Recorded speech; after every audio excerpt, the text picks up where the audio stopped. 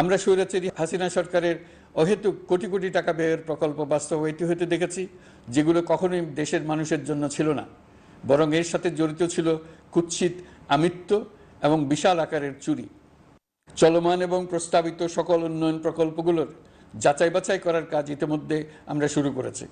প্রকল্প বাস্তবায়নের পর্যায় বিবেচনা করে বাকি কাজে ব্যয়ের সাশ্রয় এমনকি প্রয়োজন মতে তা বাতিল করার কথা বিবেচনা করা হবে। দেশের মানুষকে আর ফাঁকি দেওয়া চলবে না। কর্মসংস্থান তৈরি করবে এমন প্রকল্পগুলোকে আমরা অগ্রাধিকার দেব। লুটপাট ও পাচার হয়ে যাওয়া অর্থ ফিরিয়ে আনার উদ্যোগ আমরা নিয়েছি। আর্থিক খাতে শৃঙ্খলা ফিরিয়ে আনতে একটা ব্যাংকিং কমিশনও গঠন করার উদ্যোগ নেওয়া হয়েছে। বিভিন্ন ব্যাংকের পরিচালনা পরিষদ পুনর্গঠন করা হয়েছে। ব্যাংকিং খাতে এই এক মাসে বিরাট পরিবর্তন এসেছে, আপনারা নিশ্চয়ই সেটা লক্ষ্য করেছেন।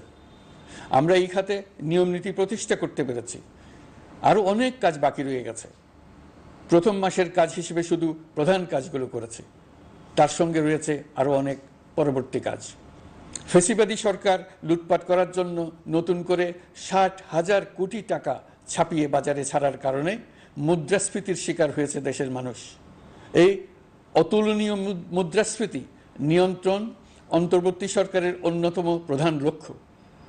মুদ্রাস্ফীতি নিয়ন্ত্রণের লক্ষ্যে পলিসি সুদের হার বৃদ্ধি করে 9% উন্নীত করা হয়েছে।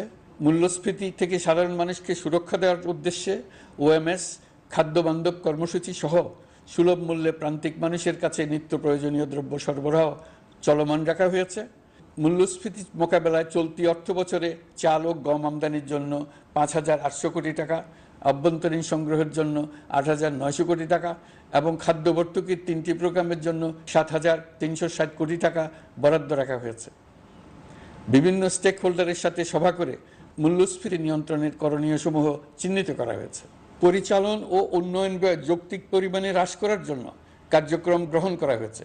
কৃষিপণ্য উৎপাদনের জন্য সার আমদানির ক্ষেত্রে প্রয়োজনীয় বৈদেশিক মুদ্রার সরবরাহ নিশ্চিত করার পদক্ষেপ নেওয়া হয়েছে।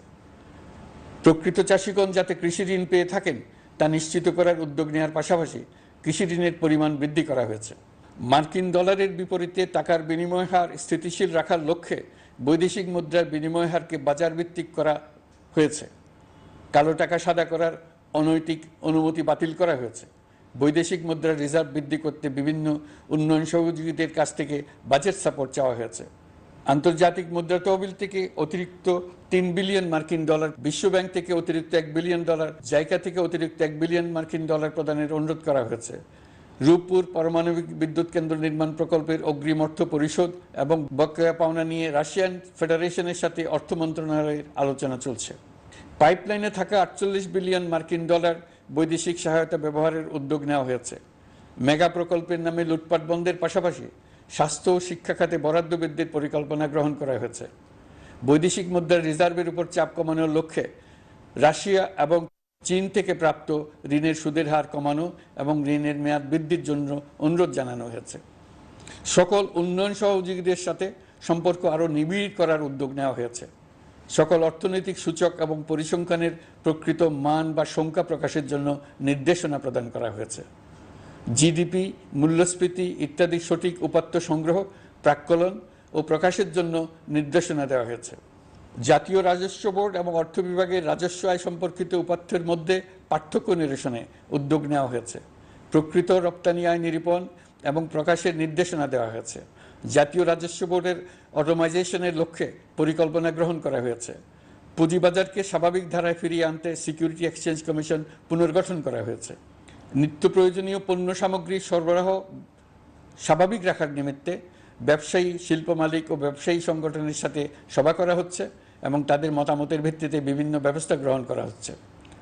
বিদ্যমান মজুদ ও ঘাটতি মূল্যায়ন করে ভবিষ্যৎ চাহিদা পর্যালোচনা করে স্থানীয় উৎপাদন বৃদ্ধির পাশাপাশি আমদানি পর্যায়ে বিভিন্ন জটিলতা দূরীকরণ, বন্দর ও বড় মোকাম সহ পরিবহন ব্যবস্থার বিভিন্ন সমস্যা সমাধানে সংশ্লিষ্ট সকল মন্ত্রণালয়, দপ্তর, বিভাগকে প্রয়োজনীয় নির্দেশ দেওয়া হয়েছে। এই জন্য তেল, চিনি, ডিম ও মাংস উৎপাদনকারী বৃহৎ প্রতিষ্ঠানসমূহের সাথে সভা ও মতবিনিময় করা হচ্ছে।